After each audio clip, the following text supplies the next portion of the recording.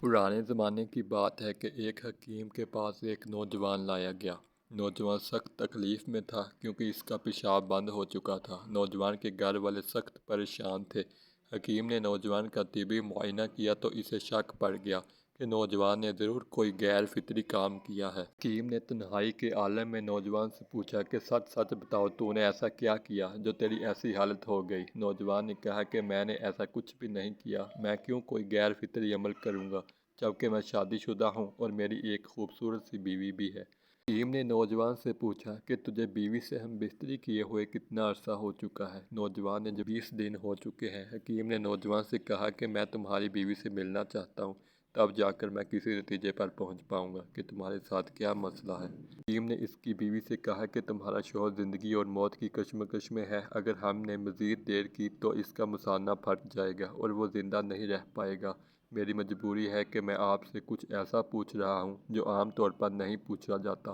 میں آپ سے یہ پوچھنا چاہتا ہوں کہ آپ کو اپنے شوہر سے کیا شکایت ہے کہ آپ اسے حق و زوجیت ادا نہیں کرنے دیتی؟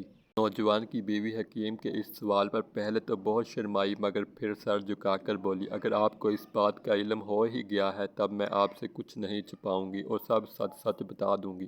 میرا شوہر شروع میں صفائی کا بہت خیال رکھتا تھا مگر کچھ دنوں سے وہ نجس رہنے لگ گیا ہے۔ وہ نہ اپنے کپڑوں کی نجاست دور کرتا ہے نہ ہی جسم کی۔ اس کے جسم سے عجیب قسم کی بدبو آتی ہے، یہی وجہ ہے کہ میں اسے اپنے قریب آنے ہی نہیں دیتی۔ میں نہیں چاہتی کہ وہ غلاظت کی حالت میں مجھ سے مباشرت کرے اور اس کی غلاظت کا اثر ہمارے ہونے والے بچے پر پڑے۔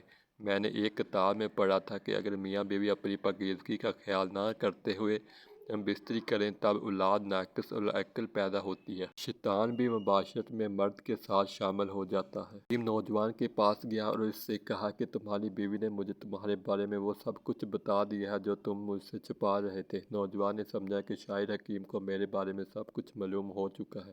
اس نے کہا، حکیم صاحب مجھ سے بہت بڑی غلطی ہو گئی، میں یہ بدکاری نہیں کرنا چاہتا تھا مگر جب میری بیوی نے مجھ سے دوری اختیار کر لی تب یہ فعل کرنے پر مجبور ہو گیا۔ حکیم نے کہا کہ مجھے سب تفصیل سے بتاؤ۔ آدمی نے کہا کہ میری بیوی مجھ سے نفرت کرنے لگ گئی تو میں نے رات کی تاریکی میں ایک گدھی سے بدکاری کی، پھر مجھے اس گناہ کی عادت ہو گئی۔ حکیم نے نوجوان سے کہا کہ تیرا پیشاب بند ہو جانا اسی بدکاری کی بدولت ہی ہوا ہے۔ تو نے ایک غیر فطری کام کیا ہے اس لیے آج اس اذیت میں ہے۔ نوجوان نے کہا کہ میں اپنے اس فعل پر بہت شرمندہ ہوں اور خدا کی بارگاہ میں توبہ کرتا ہوں۔ حکیم نے نوجوان سے کہا کہ اپنی پاکیزگی کا خیال رکھا کر، صفائی نصف ایمان ہے اور اللہ تعالیٰ نجس رہنے والے لوگوں کو پسند نہیں کرتا۔